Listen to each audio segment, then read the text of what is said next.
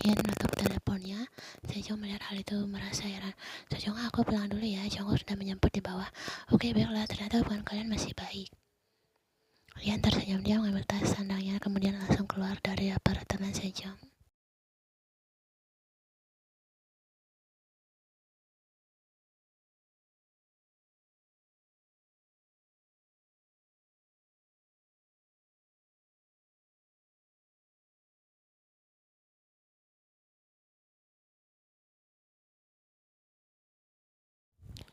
Ian berjalan mampir Jongkok. Sudah lama rasanya dia tidak naik motor bersama Jongkok.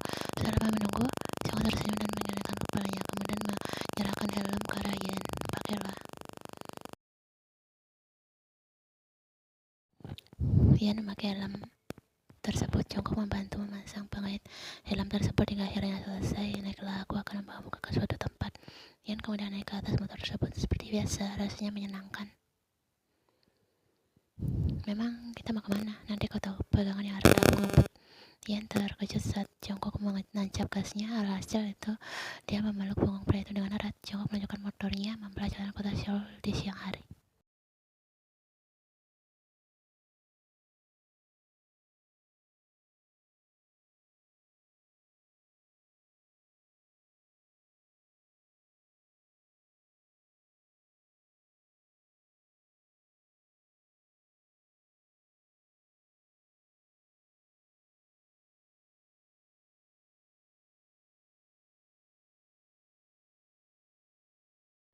Ian terkejut saat Jongkok menghentikan motornya di depan sekolah mereka dulu. Dia jadi ingat kenang-kenangan mereka saat masih sekolah menengah dan betapa indahnya masa itu. Banyak masa yang telah mereka lalui bersama. Kau mau makan es krim di depan sana dulu? Itu adalah tempat favorit kita.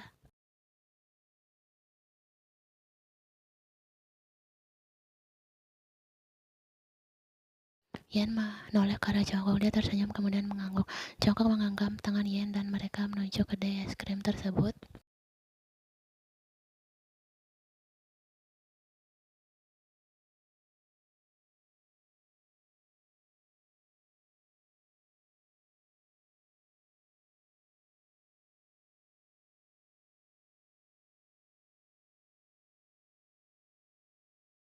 Ian menikmati es krim rasa vanila kesukaannya. Kedai es krim itu terletak tepat di depan sekolah mereka dulu. Saat pulang sekolah selalu mereka berkunjung ke tempat ini. Kau ingat kita hampir setiap hari duduk di sini? Tentu saja, aku tidak pernah melupakan hal itu. Ucap Ian sambil menyantap es krimnya. Dia masih ingat semuanya dan hal itu tidak pernah memudar. Jongkok tersenyum melihat wajah Ian yang terlihat bahagia. Dia merindukan masa-masa mereka dulu. Ian ada semenjak Jongkok berada di masa sulit. Hingga detik ini mungkin wajar gadis itu terpesona dengan dayung yang jelas jauh di atasnya.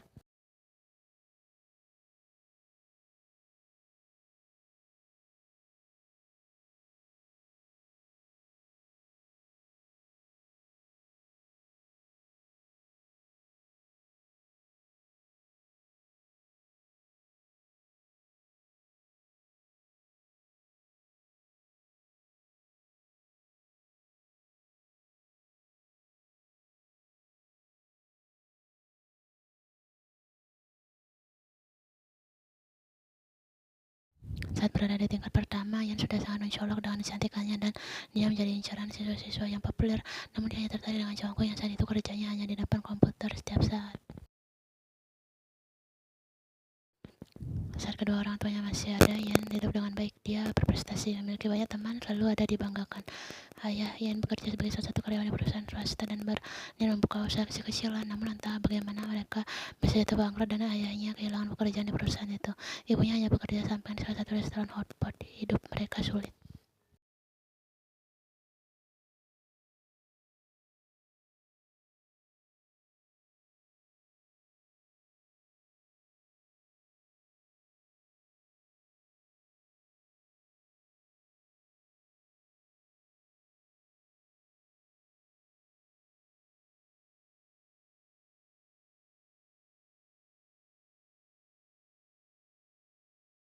Hingga akhirnya dia mendapat beasiswa untuk kuliah di Seoul University.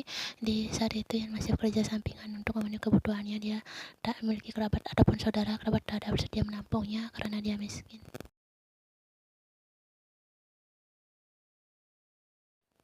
Itulah yang membuat Ian sangat menahan diri untuk jika ingin membeli sesuatu, dia lebih banyak menyimpan uangnya untuk masa depan daripada membeli sepotong pakaian baru. Dia berhemat dengan maksimal mungkin. Karena itu sudah menjadi kebiasaannya hingga akhirnya dia berhasil mendapatkan pekerjaan di Shinhua Group yang merupakan perusahaan keuangan terbesar di Korea Selatan. Semuanya tempuh perjuangan dan kerja kerasnya sendiri.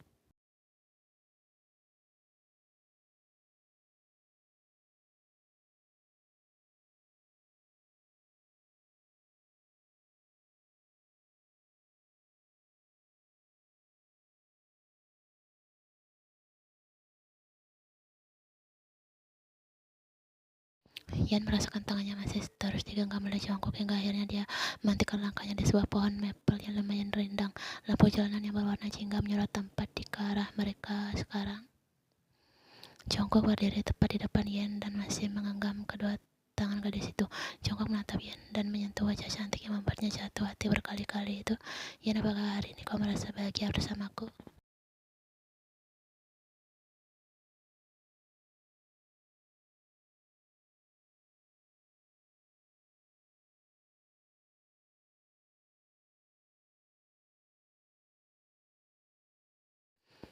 Ian, mari kita akhiri semua ini. Ian merasa terkejut, senyuman di wajahnya mendadak hilang dan dia menatap ke arah pria itu. Jongkok, apa maksudmu? Kita akhiri hubungan kita, Ian. Aku rasa sudah saatnya kita berakhir dan memperjelas semuanya. Aku tahu kau mulai mencintai Taeyong, kan? Ian terdiam atas pernyataan Jongkok. Apakah pria itu benar-benar akan mengakhiri semuanya? Apakah ini akhir dari kisah mereka?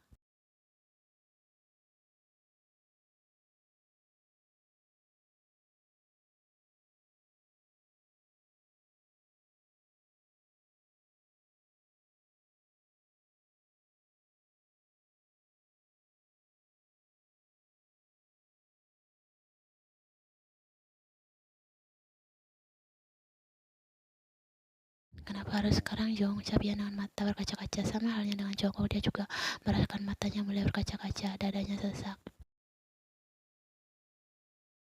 Karena aku sudah tahu bahwa kau memiliki perasaan pada Taeyong. Jika kau yakin padanya, sebaiknya datang padanya, Yen. Kita mulai semua ini dengan cara baik-baik dan aku akan mengakhirinya dengan baik juga.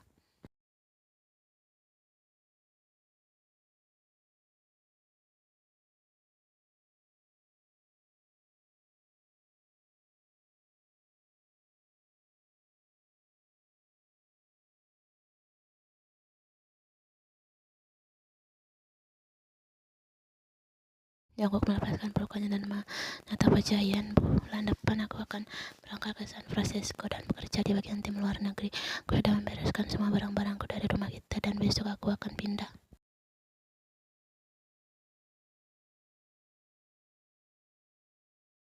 Ian merasa sangat terkejut, namun dia tak bisa menahan Jongkok lagi. Ian tidak boleh egois, dia juga harus merelakan Jongkok. Mungkin ini adalah keputusan terbaik dan mereka tidak takdirkan untuk bersama.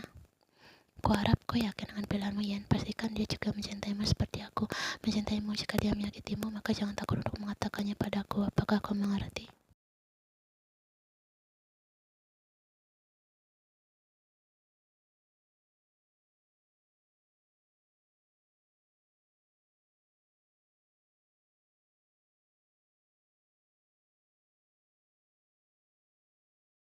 Jongkok melepaskan ucapannya. Dia mengusap wajah itu untuk terakhir kalinya. Mungkin setelah ini mereka tak akan bertemu lagi karena Jongkok benar-benar akan mengajar cita-citanya.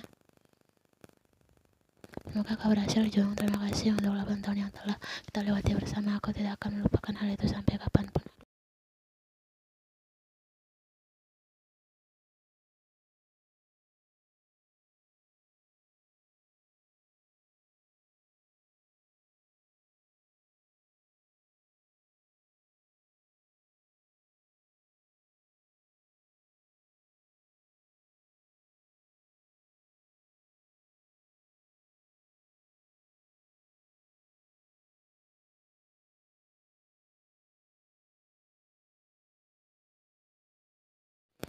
Ian hanya bisa menatap pengunjung yang kian menjauh dengan tatapan sendu. 8 tahun mereka benar-benar sudah berakhir. Semuanya telah selesai. Hanya tinggal serpihan kenangan yang bisa diingat di kala suatu saat dia merindukan Jongkok. Mereka tak bersatu dan semua rencana impian yang mereka bangun sudah berakhir.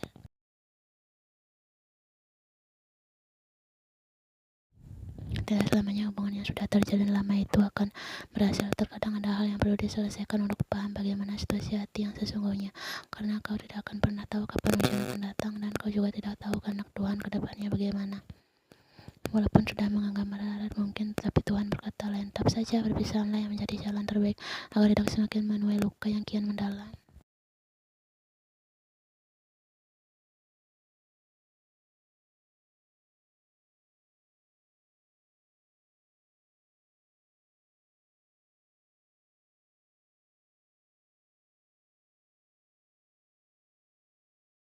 Tanya tidak tahu semua yang dilakukan Sharon tidak membuat hatinya tergerak. Bahkan saat gadis itu mengajaknya bercinta, Tanya tak merasa bergairah dan berakhir dengan mengabaikan gadis itu semalaman.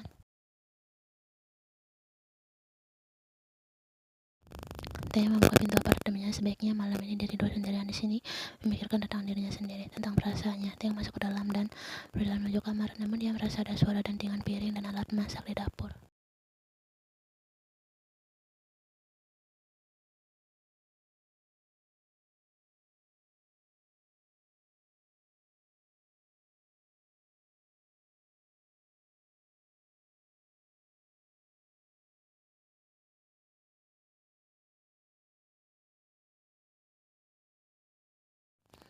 Tanya melangkahkan kakinya semakin mendekat ke arah Yen dengan tatapan kosong karena masih dalam keadaan tidak percaya.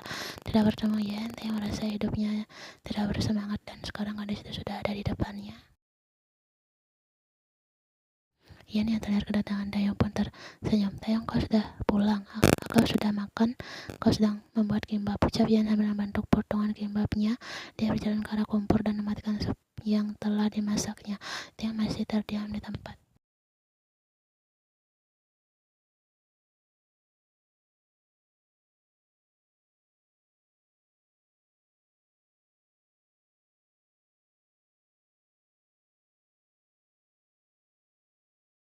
Taeyong melangkahkan kakinya dan langsung memeluk tubuh Yen yang sedang mengaduk sup itu dari belakang. Hal itu membuat Yen menghentikan gerakan memegang spatulanya. Taeyong memejamkan matanya dan menyesap aroma harum rambut Yen yang sangat dirindukannya itu, yang selalu mengganggu pikirannya selama ini. Aku merindukanmu Yen, maafkan aku tidak ingin kita berakhir. Tidak bisakah kau tarik kembali ucapanmu waktu itu?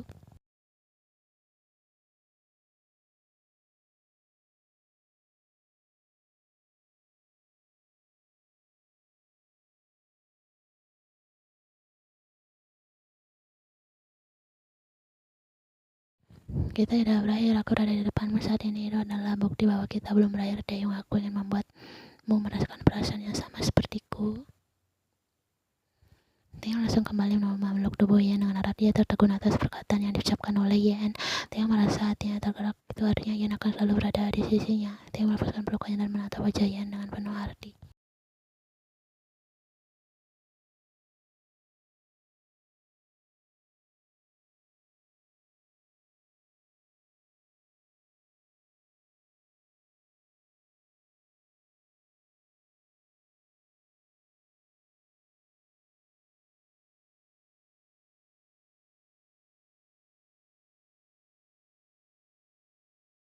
Dia makan kimbap buatan Yen, bahkan dia hampir menghabiskan semuanya. Selama ini dia tidak makan dengan baik karena moodnya buruk. Malam ini Taeyong merasa berangsur-angsur baik saat melihat Yen di depannya. Yen tersenyum melihat Taeyong yang begitu lahap.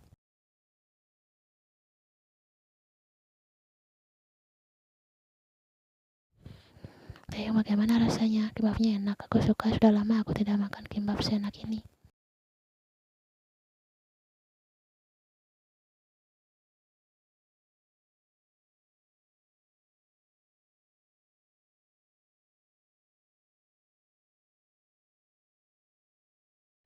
Yan, malam ini kau jangan pulang ya. Yan kemudian menggeleng, malam ini aku akan tinggal di sini, bahkan sampai berapa lama yang kau minta. Kau yang setiap hari kau berada di sini. Yan tersenyum, baiklah, aku akan tetap berada di sini setiap hari bersamamu.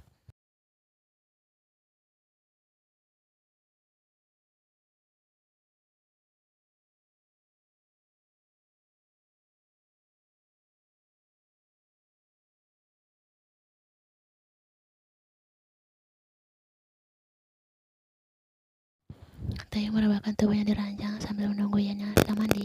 Dia tidak ingin memaksa Yan karena dia membuat sholat. Dia hanya membutuhkan Yan sebagai Lagian hubungan mereka baru saja baik, Taeyong tidak ingin merusaknya. Tak lama kemudian, Yan keluar dari kamar mandi dengan menggunakan hitam yang pernah dibelinya. Taeyong baru saja merebahkan tubuhnya langsung kembali duduk melihat penampilan Yan sekarang.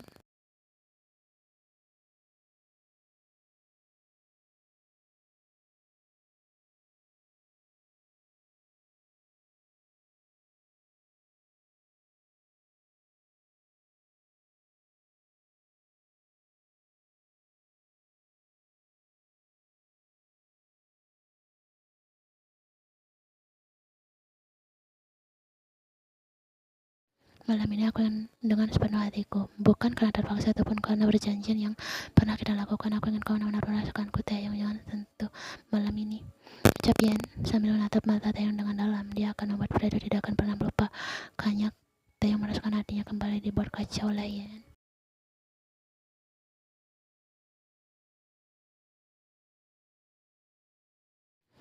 Kau bisa menyentuh puasmu, aku akan memberikan yang terbaik untukmu, Taeyong, ucap Yan. Kau benar-benar membuatku gila, Yan.